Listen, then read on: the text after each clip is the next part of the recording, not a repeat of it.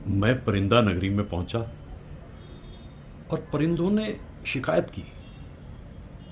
उन्होंने कहा, अरे भाई, 11 अक्टूबर को तुमने खुद ही अमिताभ बच्चन को मुबारकबाद दे दी और हमसे पूछा तक नहीं। हमें भी तो वो बहुत प्रिय हैं, अमिताभ बच्चन।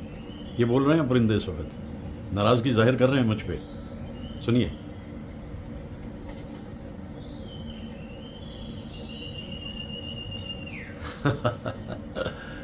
कोई वो कलाकार ही इस किस्म के हैं, अमिताभ साहब।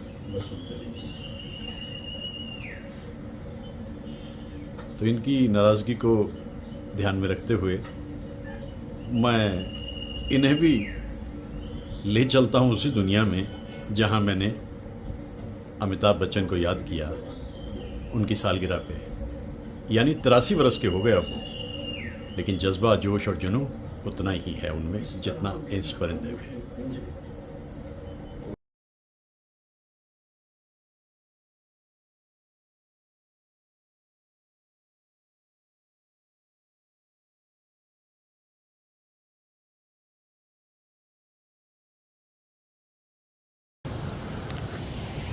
11 अक्टूबर 1942 देश में राष्ट्रीय आंदोलन चल रहा था जोर शोर से।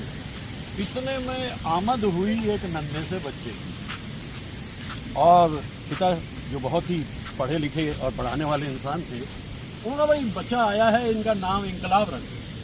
पास ही एक कवि बैठे थे, बहुत ही मधुर भाषा वाले कवि, सुमित्रानंदन पंत। तो कहा, भाई नहीं, इनका नाम आप अमिताभ रखो। और वो अमिताभ बच्चन जो उस दिन दुनिया में आए थे, किसी को मालूम नहीं था कि वो उस तरह से आ जाए। उसकी एक वजह है, उसकी बहुत बड़ी वजह यही है कि वेरिएशन उस इंसान में इतनी है। वो कल्चर्ड परिवार से है, तेजी बच्चन और हरिवंश राय बच्चन, जाने पहचाने नाम, डिसेंट डिग्निफाइड कपल, और ऐसी खूबसूरत सा बचपन मिला। शेरवुड में पढ़ाई कर रहे हैं और बाद में एक बड़ा अच्छा काम भी मिल गया, लेकिन काम छोड़कर चल दिए बॉम्बे। शुरू में कोई विशेष काम उनको मिला नहीं। 1969 की सात हिंदुस्तानी में रोल तो है, लेकिन ज़्यादा नहीं। और इसके बाद फिर 6-7 फिल्म आती हैं, नई ढंग से चल पाती हैं, और अमिताभ बच्चन ने सोचा, I must wait for my time to come. और फिर उनका जो समय आया, 11 मई 1973, इंस्पेक्टर विजय पुलिस स्टेशन में मौजूद है, और पुलिस स्टेशन में जाकर के सामने उस इलाके का बदमाश यानी खान बैठा हुआ है। बैठा क्या, खड़ा हुआ है अभी। वो बैठने की कोशिश करता है, और अमिताभ बच्चन जो कि विजय के रूप में पुलिस इंस्पेक्टर के रोल में हैं, उन्होंने जोर से कुर्सी पर लात मारी। बैठो तब जब कहा जाए, ये तुम्हारे बाप का घर नहीं, पुलिस स्टेशन है। वो खान साहब जो मोहल्ले के दादा थे, वो तो देखते रह गए, भाई ऐसी आवाज़ तो मैंने पहले कभी सुनी नहीं, यह आवाज़ किसकी है। इंस्पेक्टर विजय की आवाज़ में अमिताभ बच्चन ने उस दिन हिंदुस्तान के फिल्म इतिहास में एक क्रांति की। अभी तक जो दौर था वो राजेश खन्ना का दौर था, 69 से चल रहा था, और रोमांस ये करते थे राजेश खन्ना, ये शाम बहुत ही खूबसूरत मधुर गीतों के राजेश खन्ना की अदाकारी होती थी। अच्छा, अमिताभ बच्चन भी अब समझ गए, क्योंकि उनको सलीम जावेद मिल गए। उन्होंने कहा, भाई देखो, अब ये हो रही है शुरू एज ऑफ वायलेंस, और एज ऑफ वायलेंस में फिर चाहे त्रिशूल है, फिर चाहे आपकी दीवार है, दीवार में तो वायलेंस की हद थी भाई, और फिर आ गई शोले। तो अमिताभ बच्चन का जो इतने अरसे से रुका हुआ रूप था, अब वो उभर के सामने आ गया। अमिताभ बच्चन आज भी मौजूद हैं। मैं बात कर रहा हूँ 11 अक्टूबर और 2025, 83 के हो गए, 83 नॉट आउट। अभी आगे तक जाएगी ज़िंदगी, क्योंकि जो कामयाबी है वो एक टॉनिक है। अभी भी प्रोड्यूसर जानते हैं कि इस रोल को अमिताभ से बेहतर कोई कर नहीं सकता, तो वो रोल अमिताभ पे ही जाता है। और कोई सा रोल उनको आप दे दीजिए, वो कहीं वकील के रूप में मौजूद हैं, और वो कहीं एक पोएट के रूप में मौजूद हैं। तो उस आदमी की वेरिएशन का जो मैं जिक्र कर रहा था, अगर रोमांस की बात करें तो हल्का फुल्का सा रोमांस उन्होंने परोसा, ये जानते हुए भी कि अब जो फिल्म्स बन रही हैं वो सारी वायलेंट फिल्म हैं। तो उन्होंने हल्का फुल्का सा रोमांस परोसा। तेरा हाथ हाथ में हो अगर तो सफ़र ही असले हयात है, मेरी हर कदम पे है मंजिलें, तेरा प्यार गर मेरे साथ है। मेरी बात का मेरी हम नफस तू जवाब दे या ना दे, मगर तेरी एक चुप में जो है छुपी वो हजार बातों की बात है। मेरी जिंदगी का हर एक पल तेरे हुस्न से है जुड़ा हुआ, तेरे होंठ से तो सुबह है, तेरी जुल्फ महके तो रात है, तेरा हाथ हाथ में हो अगर तो सफर ही असली है। सच ये है कि कभी कभी मेरे दिल में ख्याल आता है कि अमिताभ बच्चन ने अगर उस दिन कुर्सी पर लात ना मारी होती तो उन्होंने कुछ दिन के बाद में लात मारनी थी कुर्सी पे, क्योंकि अंतर में जो आक्रोश उनके भरा हुआ था कि मैं इतने अरसे से स्ट्रगल कर रहा हूँ और ऐसे ऐसे कलाकार हिट होते जा रहे हैं और मेरा कहीं रास्ता नहीं, तो वो उसको उन्होंने जुबान दी उस दिन। और जैसा मैंने कहा, film industry never remain the same after that. युग ही बदल गया पूरे का पूरा। संगीतकार, गीतकार और गायक आने वाले 2-1 साल में सब दुनिया से रुखसत हो गए। और जिन लोगों का जिक्र मैं करता हूँ, शैलेंद्र जी, शंकर जयकिशन, मुकेश साहब, और कुछ अरसे के बाद अब यहाँ जो गाने भी बन रहे थे वो शंकर जयकिशन वाला रस उसमें नहीं था। लक्ष्मीकांत प्यारेलाल बहुत कमाल के संगीतकार थे, उन्होंने शुरू से जता दिया था, लेकिन फिल्म्स को देख करके बहुत समझे भाई यहाँ तो बड़ा ढपली बजेगी बड़ी जोर शोर से, तो जो संगीत शंकर जयकिशन, मदन मोहन, रोशन, ये सब पीछे छोड़ आए, उसको लक्ष्मीकांत प्यारेलाल ने आगे बढ़ाया। और कल्याण जी, आनंद जी भी अमिताभ बच्चन के साथ बहुत, इतने में पप्पी लहरी आ गए। A fighter, A born fighter. एक दौर ऐसा आया कि कुछ गलत फैसले हो गए अमिताभ बच्चन से। तूफान फिल्म का कोई मतलब नहीं था, गंगा जमुना सरस्वती का कोई मतलब नहीं था, बड़े मियाँ छोटे मियाँ का कोई मतलब ही नहीं था, थी सब फिल्म।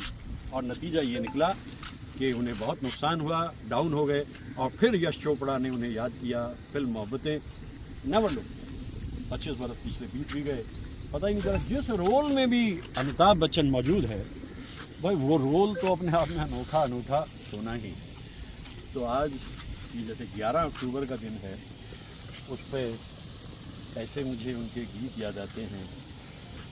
मैं पल दो पल का शायर हूँ, पल दो पल मेरी जवानी है, पल दो पल मेरी हस्ती है, पल दो पल मेरी कहानी है। साहिर साहब के ये ख्यालात भाई, ये दरअसल अमिताभ बच्चन पे ठीक नहीं बैठते। उनकी हस्ती पल दो पल की नहीं है, उनकी हस्ती में तो कभी कभी मस्ती है और कभी कभी विरह है, और कभी कभी जिस तरह के गीतों पे वो अदायगी करते हैं। तो भाई मैं हमेशा सोचता था यार अमिताभ बच्चन से कभी मिलना हो सकता है, कोई चांस नहीं था। अचानक फ़ोन आ गया मित्र कमलजीत का, आ जाओ भाई 15 अक्टूबर 2019 को आदित्य यानी हमारे बेटे की एग्जीबिशन है जहांगीर आर्ट गैलरी, और वहाँ अमिताभ बच्चन, जया बहादुरी, जावेद अख्तर, शबानाज मौजूद है। तो हमने कहा चलो हम चले। वहाँ पहुँचे, जब शाम हुई 6 बजे का वक्त था, इतनी भीड़ हो गई ग्राउंड फ्लोर पे जहाँ वो दिया जलाया जाना था कि अब सोचें क्या करें भाई। फर्स्ट फ्लोर पे एग्जीबिशन थी, तो तय ये किया कि ऊपर चुनिंदा लोगों को भेजा जाएगा, जब तक अमिताभ बच्चन उसको देखेंगे। 7-8 मिनट का उनका प्रोग्राम था, और उसके बाद पूरी भीड़ जा करके देख ले, कोई दिक्कत नहीं। अच्छा, मित्र कमल जी और अनुराधा जी का कमाल ये कि उन्होंने मुझे भी कहा भाई तुम फटाफट आ जाओ ऊपर। ऊपर गए तो 20-25 लोग मुश्किल से होंगे। अमिताभ बच्चन, मैं तो उनके आसपास ही हो गया। मैंने कहा देखता हूँ कि ये इंसान क्या है, इसमें ऐसा क्या है जो दुनिया दीवानी है। यानी स्टार होता था, सुपरस्टार होता था, मेगा स्टार बना दिया भाई। तो जिसे मैं उनको देख रहा था, वो पेंटिंग्स को देख रहे थे, वो आदित्य से बात कर रहे थे, पेंटिंग ये मैं उनको देख रहा था। और मैं देख रहा था कि एक पूरे युग को मैं देख रहा हूँ, वो युग परिवर्तक जिसने युग ही बदल के रख दिया, अमिताभ बच्चन। 8 मिनट 35 मिनट में कन्वर्ट हो गए, और तब जा कर के नमस्कार करके अमिताभ बच्चन वहाँ से गए। और जाते जाते भी मैंने देखा भाई कुछ तो है करिश्मा। अब आप इसे कहें पर्सन टू पर्सोना, और पर्सन टू पर्सोना का मतलब क्या हुआ, कहाँ से शुरू हुई थी ज़िंदगी, कहाँ जा कर के पहुँची, ये कमाल अमिताभ बच्चन का। तो एक ख्वाहिश थी जो वो पूरी हुई। और जैसा मैंने कहा कि आपके जज्बों में सदाकत हो, आपके ख्वाबों में दमखम हो, तो जो आप ज़िंदगी से चाहते हैं कुछ देर इन सूनी वीरान राहों पे चलते रहें और वो आपको हासिल हो जाता है जो आप ज़िंदगी से चाहते हैं। यानी फिर कुछ फूल आपकी ज़िंदगी में खिल जाते हैं। तो ये हुआ सिलसिला। बहुत अच्छा लगा, बहुत मज़ा आया देख कर के अमिताभ बच्चन को कि भाई ये है वो इंसान जो अपने ढंग में अनूठा अनोखा है।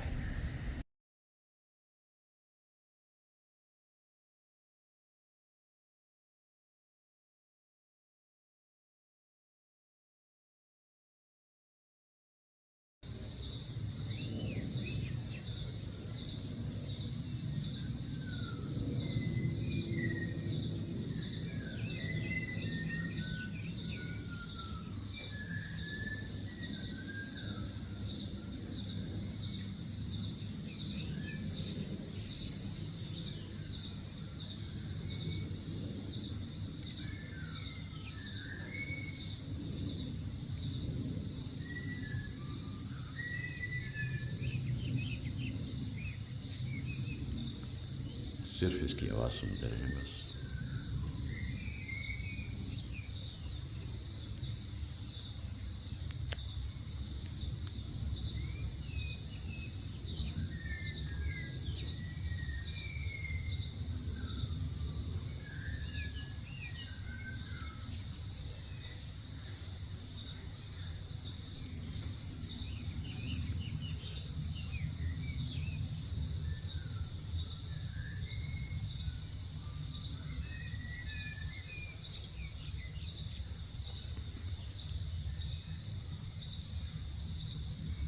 बहुत ही खूबसूरत धुन।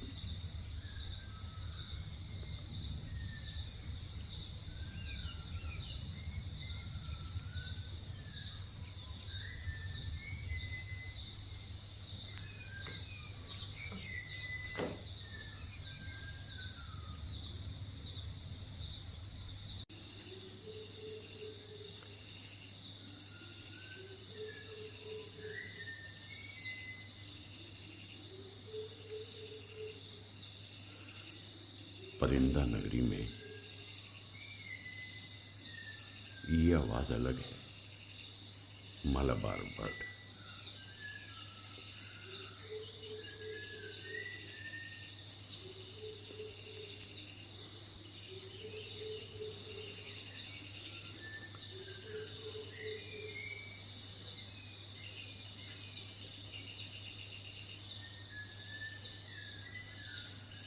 क्या सुर है,